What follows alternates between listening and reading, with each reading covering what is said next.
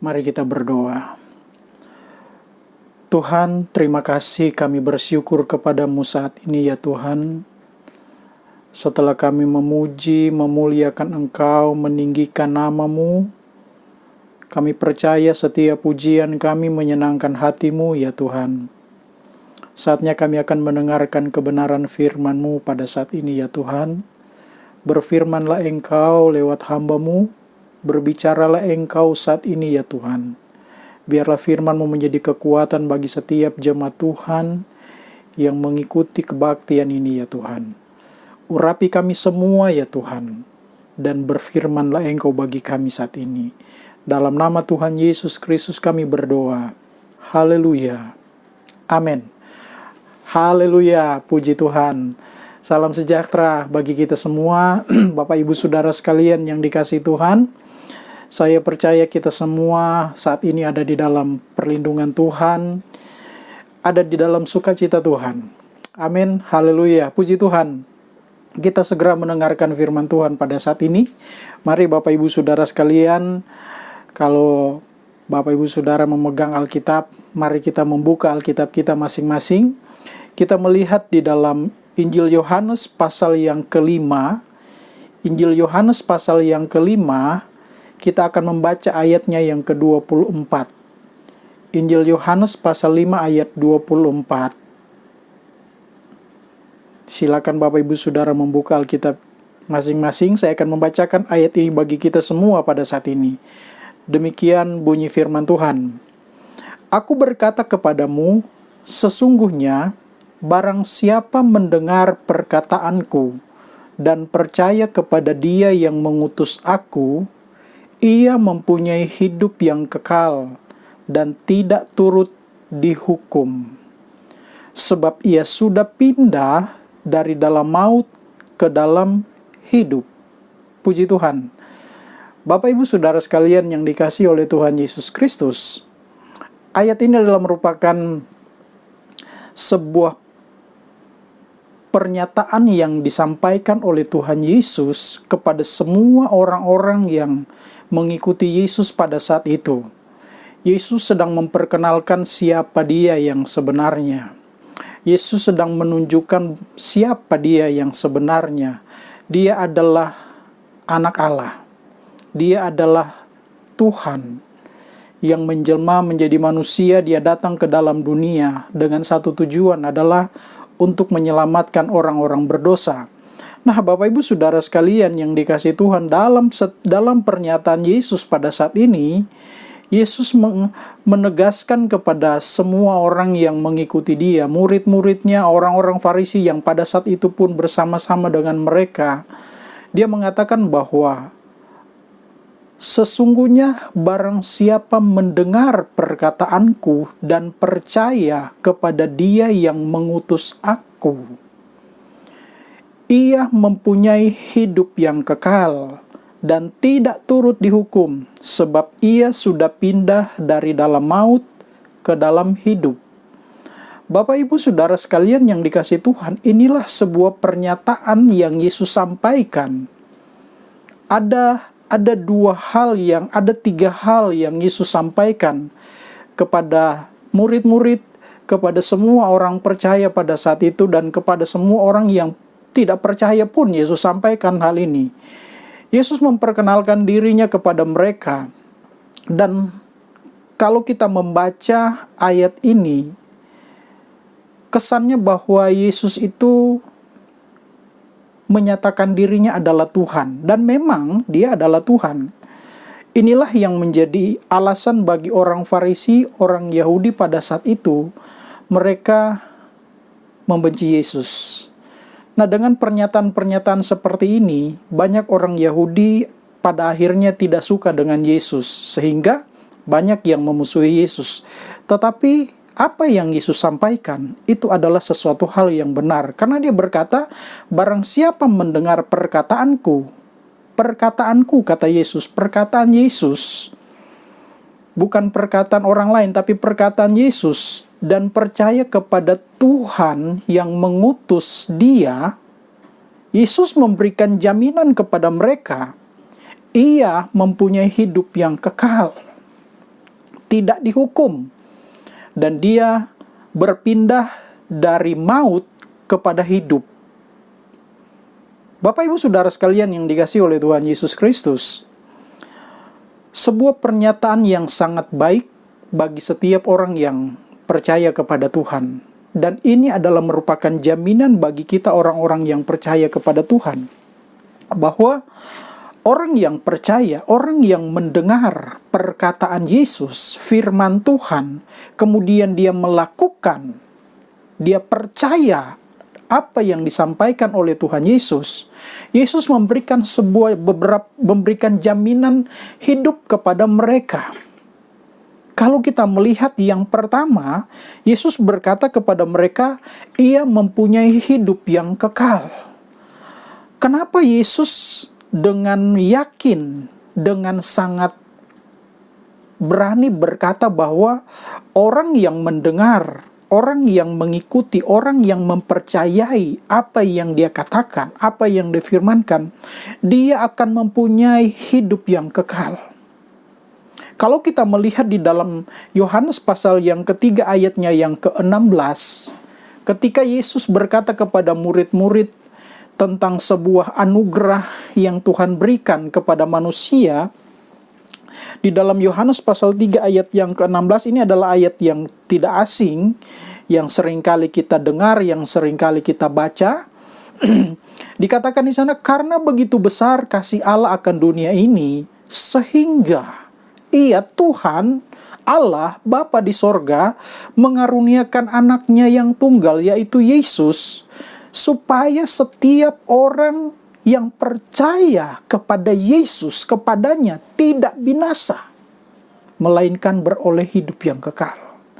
Kalau kita membaca Injil Yohanes, ada beberapa kali Yesus berkata tentang hidup yang kekal. Hidup yang kekal ini adalah satu kehidupan yang menjadi jaminan bagi setiap orang yang percaya. Siapapun kita yang percaya kepada Tuhan, kita akan memiliki hidup yang kekal itu. Apa itu hidup yang kekal? Hidup yang kekal adalah satu kehidupan yang hanya bisa dimiliki, diterima oleh orang-orang yang percaya kepada Tuhan. Itu sebabnya Yesus katakan, siapa yang mendengar perkataanku dan percaya kepada Bapa di sorga, ia mempunyai hidup yang kekal. Artinya bahwa hidup yang kekal itu akan diberikan kepada semua yang percaya. Siapa yang memberikan hidup yang kekal? Yesus sendiri yang memberikan hidup yang kekal itu. Bapak Ibu Saudara sekalian yang dikasihi oleh Tuhan Yesus Kristus, berbicara tentang hidup yang kekal, tadi saya katakan, hidup yang dimana adalah hidup yang diberikan kepada orang-orang yang percaya, sungguh-sungguh percaya kepada Tuhan. Itu diterima setelah dia meninggalkan dunia ini. Kehidupan jasmaninya telah tiada, dan kemudian ada satu peristiwa di mana dia dibangkitkan kembali. Itulah hidup yang kekal yang diberikan oleh Tuhan kepada orang-orang yang percaya. Dan ini hanya diberikan oleh diberikan oleh Tuhan kepada orang-orang percaya saja. Kepada orang percaya saja. Kalau kita percaya kepada Tuhan, maka kita akan memiliki hidup yang kekal. 1 Yohanes pasal yang ke-5 ayat yang ke-11, dia berkata di sana begini, dan inilah kesaksian itu, Allah telah mengaruniakan hidup yang kekal kepada kita, dan hidup itu ada di dalam anaknya. Kembali kita melihat bahwa Yohanes menegaskan bahwa hidup yang kekal itu hanya diberikan kepada orang percaya oleh Yesus. Yesus memberikan hidup yang kekal karena Yohanes katakan hidup itu ada di dalam anaknya, ada di dalam Yesus. Jadi kalau Yesus berkata siapa yang percaya mendengarkan perkataanku, itu adalah satu perkataan yang memberikan jaminan kepada kita. Jangan khawatir, jangan takut dengan apapun Bapak Ibu Saudara sekalian, sesuatu yang hanya memusnahkan kehidupan jasmani, yang hanya membunuh kehidupan jasmani.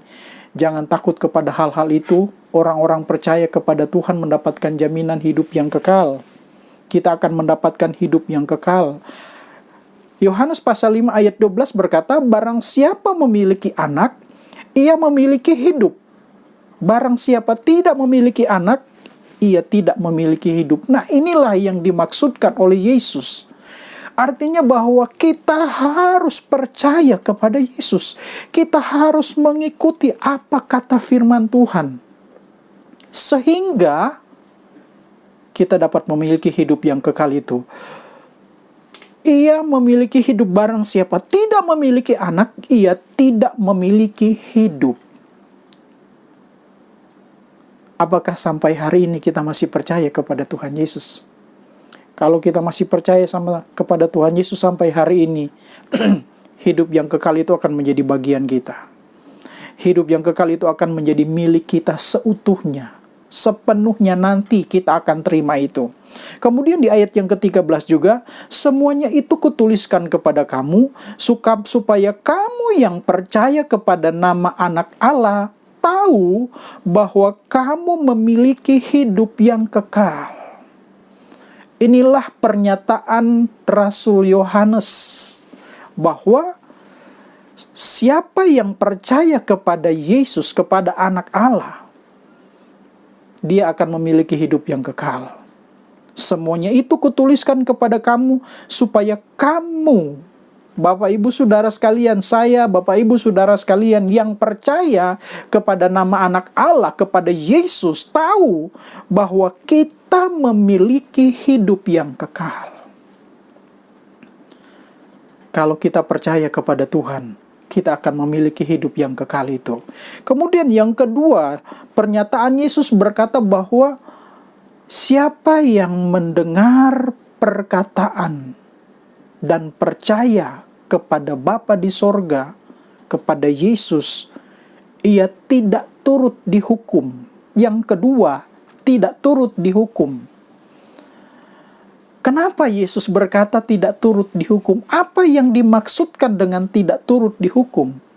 Yang tidak turut dihukum adalah orang-orang yang percaya kepada Tuhan, yang tidak mengalami penderitaan neraka, yang tidak mengalami penghukuman dari Tuhan.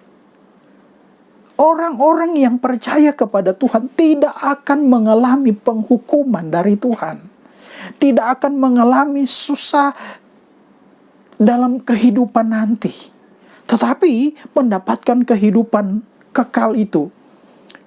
Kalau kita kembali di dalam Yohanes pasal yang ketiga, Yohanes pasal yang ketiga di ayatnya yang ke-18, dia berkata begini.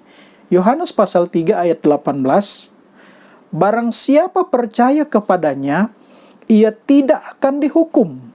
Barang siapa tidak percaya, ia telah berada di bawah hukuman. Sebab ia tidak percaya dalam nama anak tunggal Allah.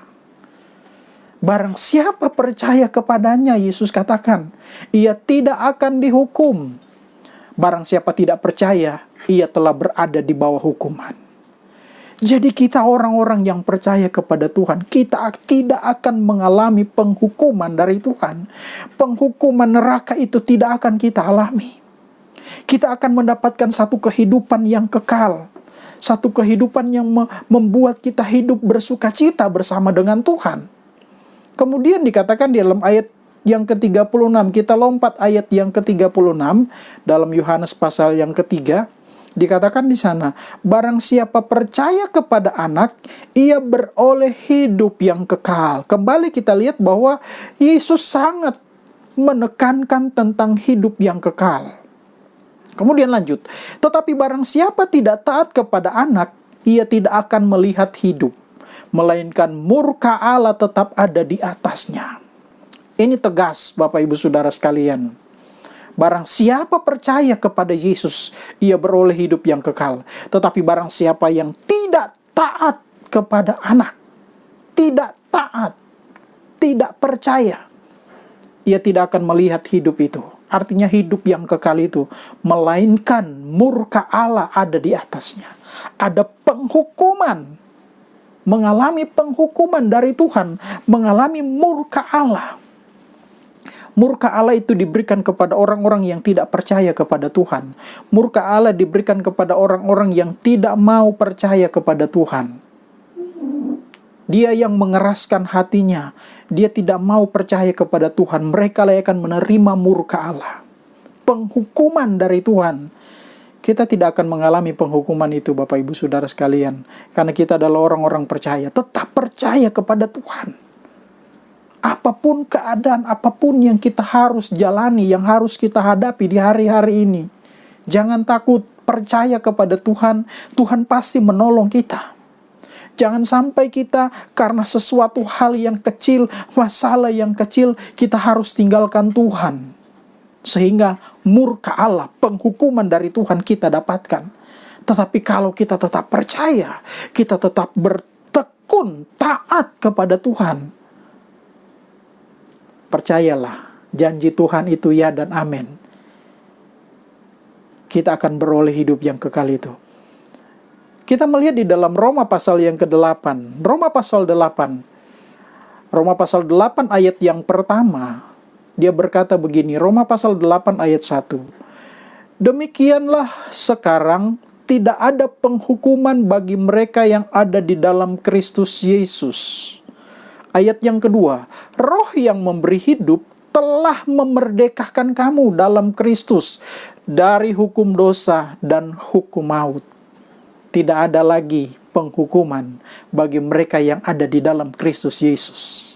Tidak ada lagi murka Allah, tidak akan mengalami penghukuman dari Tuhan, murka dari Tuhan bagi orang-orang yang ada di dalam Kristus Yesus. Kenapa? Sebab Roh yang memberi hidup, Roh Kudus yang ada dalam hidup kita, Dia yang sudah membebaskan kita. Membebaskan kita dari segala hukuman, baik hukuman dosa maupun hukuman maut. Dia telah bebaskan kita. Kita tidak akan mengalami penghukuman. Tetap setia saja kepada Tuhan, tetap percaya saja kepada Tuhan. Apapun yang kita alami, apapun yang kita hadapi, Tuhan pasti akan menolong kita. Kemudian, yang ketiga, Yesus menegaskan bahwa mereka, orang yang percaya, yang mengikuti perkataan firman Tuhan, mendengarkan firman Tuhan. Yang ketiga adalah dia akan hidup bersama dengan Tuhan. Kita akan hidup bersama dengan Tuhan. Kita akan hidup dalam sukacita dengan Tuhan. Ada hal-hal yang indah yang Tuhan akan kerjakan kepada kita. Kita jangan takut, kita jangan khawatir, kita jangan merasa kecewa dengan apa yang kita hadapi di hari-hari ini, Bapak Ibu Saudara sekalian. Tuhan kita adalah Tuhan yang tidak akan pernah meninggalkan kita. Dia akan bersama-sama dengan kita. Dia akan tinggal bersama dengan kita. Kita melihat di dalam 1 Yohanes pasal yang ketiga ayat yang ke-24. 1 Yohanes pasal 3 ayat yang ke-24. Di sana berkata begini, barang siapa menuruti segala perintahnya, ia diam di dalam Allah, dan Allah di dalam dia. Dan demikianlah kita ketahui bahwa Allah ada di dalam kita, yaitu Roh yang telah Ia karuniakan kepada kita. Jadi kalau kita menuruti segala perintah Tuhan, kita taat, kita takut kepada Tuhan, kita percaya kepada Tuhan, kita berharap kepada Tuhan, Allah ada di dalam kita. Yesus akan ada di dalam kita. Kita akan bersama-sama dengan Tuhan. Tuhan akan selalu ada bersama-sama dengan kita. Dia tidak akan pernah meninggalkan kita. Dia tidak akan pernah membiarkan kita. Dia Tuhan yang baik, Dia Tuhan yang setia. Dia Tuhan yang mengerti apa yang menjadi pergumulan kita. Jangan takut, Tuhan ada bersama dengan kita. Kalau kita percaya, kalau kita setia, kalau kita berharap kepada Dia, Tuhan akan menyediakan yang terbaik bagi kita. Kalau kita membandingkan di dalam 2 Korintus pasal 5 ayat yang pertama, 2 Korintus pasal 5 ayat yang pertama, Di sana Rasul Paulus berkata kepada jemaat yang ada di Korintus, "Karena kami tahu bahwa jika kemah tempat kediaman kita di bumi ini dibongkar, Allah telah menyediakan suatu tempat kediaman di sorga bagi kita. Suatu tempat kediaman yang kekal, yang tidak dibuat oleh tangan manusia."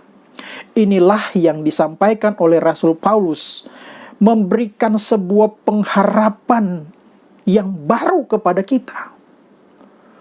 Bahwa kalau kita setia, kalau kita percaya, kalau kita sungguh-sungguh percaya kepada Tuhan, kita akan terima hidup yang kekal itu. Di mana ketika kemah tempat kediaman kita di bumi ini dibongkar, tubuh ini adalah kemah kediaman kita.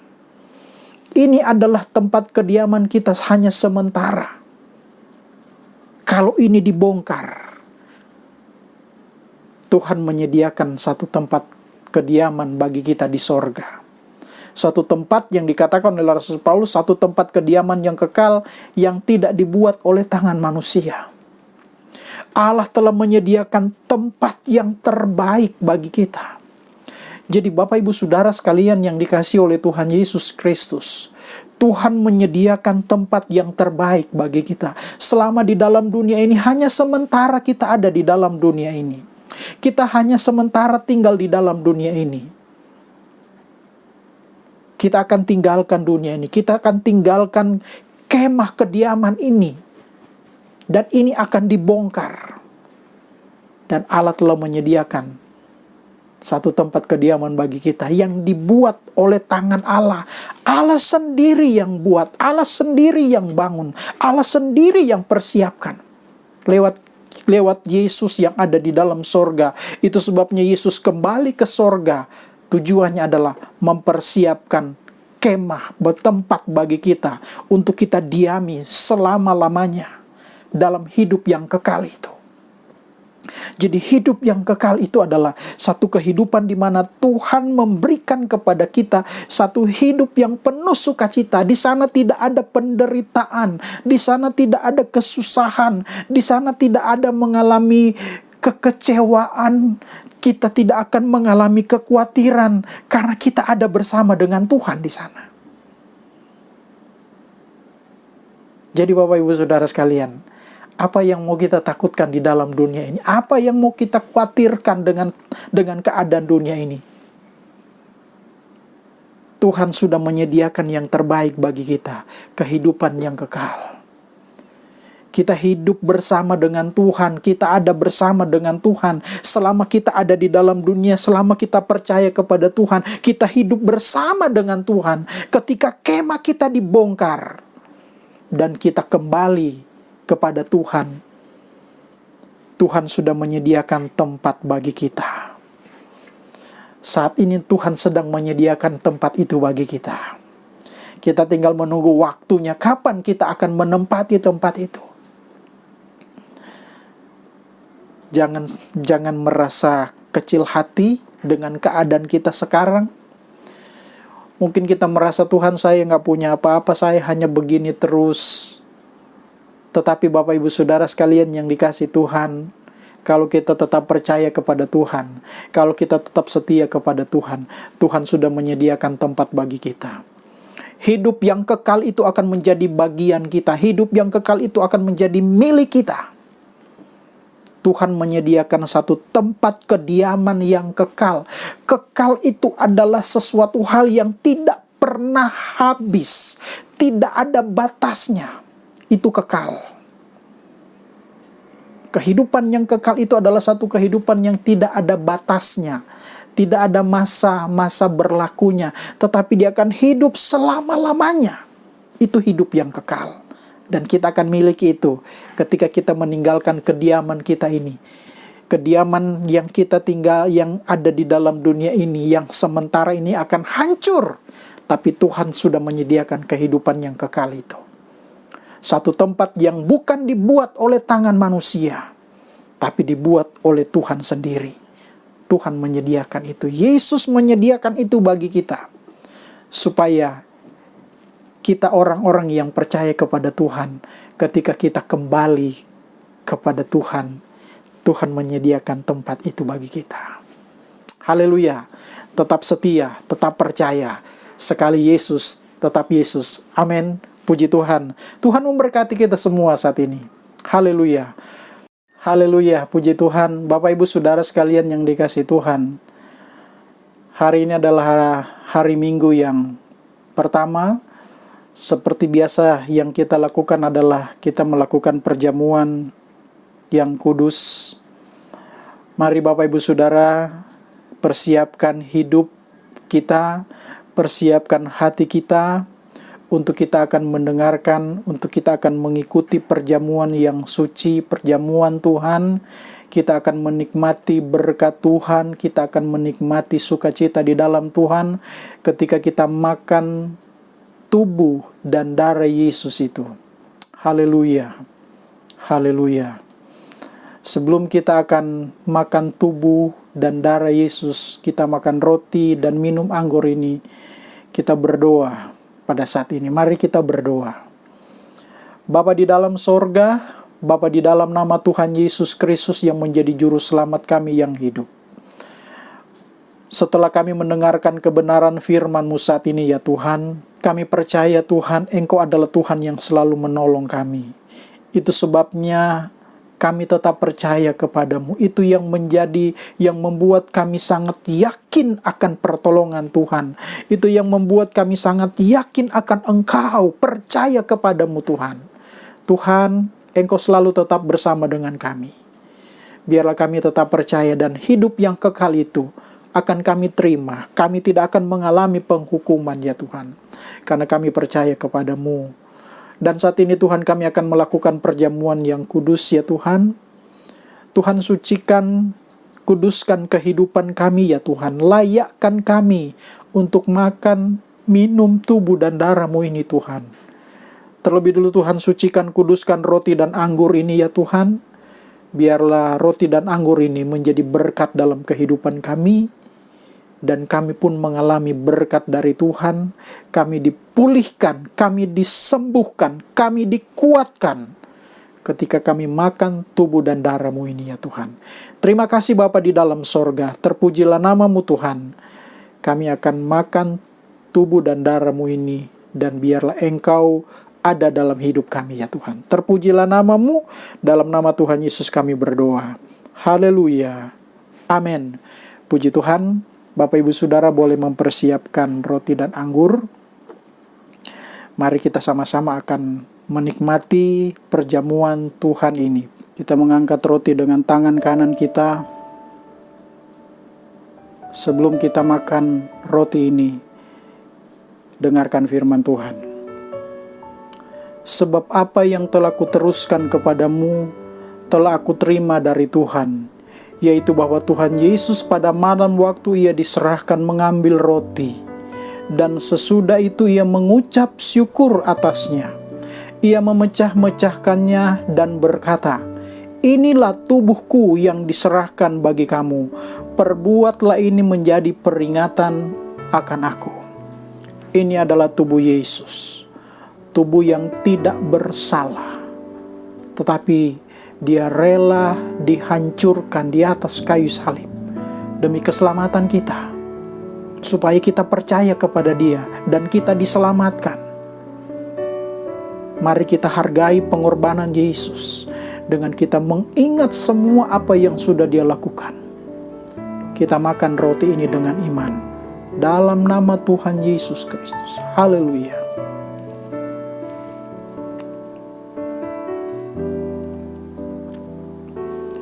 Haleluya. Terima kasih Tuhan. Haleluya. Haleluya. Terima kasih Tuhan. Terima kasih Yesus. Terima kasih Tuhan. Terima kasih buat pengorbanan-Mu. Terima kasih buat anugerah-Mu Tuhan. Terima kasih Tuhan. Haleluya. Haleluya. Mari kita mengangkat cawan dengan tangan kanan kita. Sebelum kita minum anggur ini yang adalah darah Yesus, darah yang tercurah di atas kayu salib demi keselamatan kita. Darah yang menghapus segala dosa-dosa kita. Darah yang menyucikan kehidupan kita. Kita dengarkan firman Tuhan. Demikian juga ia mengambil cawan sesudah makan, lalu berkata, cawan ini adalah perjanjian baru yang dimeteraikan oleh darahku. Perbuatlah ini setiap kali kamu meminumnya menjadi peringatan akan aku. Sebab setiap kali kamu makan roti ini dan minum cawan ini, kamu memberitakan kematian Tuhan sampai ia datang. Haleluya. Kita minum dengan iman sambil bersyukur kepada Tuhan. Haleluya. Puji Tuhan. Terima kasih Tuhan. Dalam nama Tuhan Yesus Kristus. Haleluya. Haleluya. Haleluya. Haleluya, haleluya, haleluya. Haleluya, haleluya, haleluya. Terima kasih Tuhan, terima kasih Yesus. Terima kasih buat kemurahan-Mu. Terima kasih buat anugerah-Mu. Terima kasih buat pengorbanan-Mu bagi kami saat ini ya Tuhan. Terima kasih Tuhan. Terima kasih, kami percaya Tuhan ada bersama dengan kami. Tuhan tidak akan pernah meninggalkan kami. Engkau ada di dalam hidup kami, karena kami percaya kepadamu. Terima kasih Bapa di dalam sorga.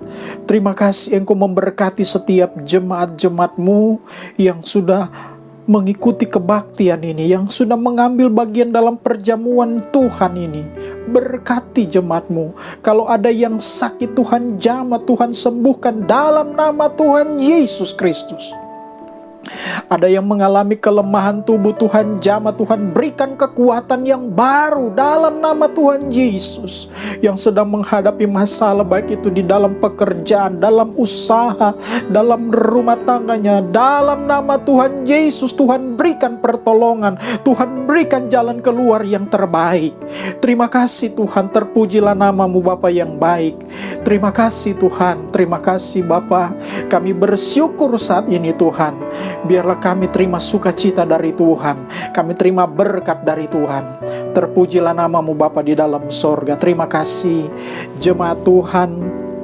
Terimalah berkat daripada Allah Bapa, cinta dan kasih sayang daripada Tuhan Yesus Kristus, pimpinan penghentaran persekutuan dari Allah Roh Kudus akan menyertai kita mulai saat ini, besok, sampai selama-lamanya, sampai Tuhan Yesus datang kembali. Kita terima berkat ini dalam nama Tuhan Yesus Kristus, yang percaya bersama-sama kita berkata, amin. Puji Tuhan. Haleluya. Tuhan memberkati kita semua.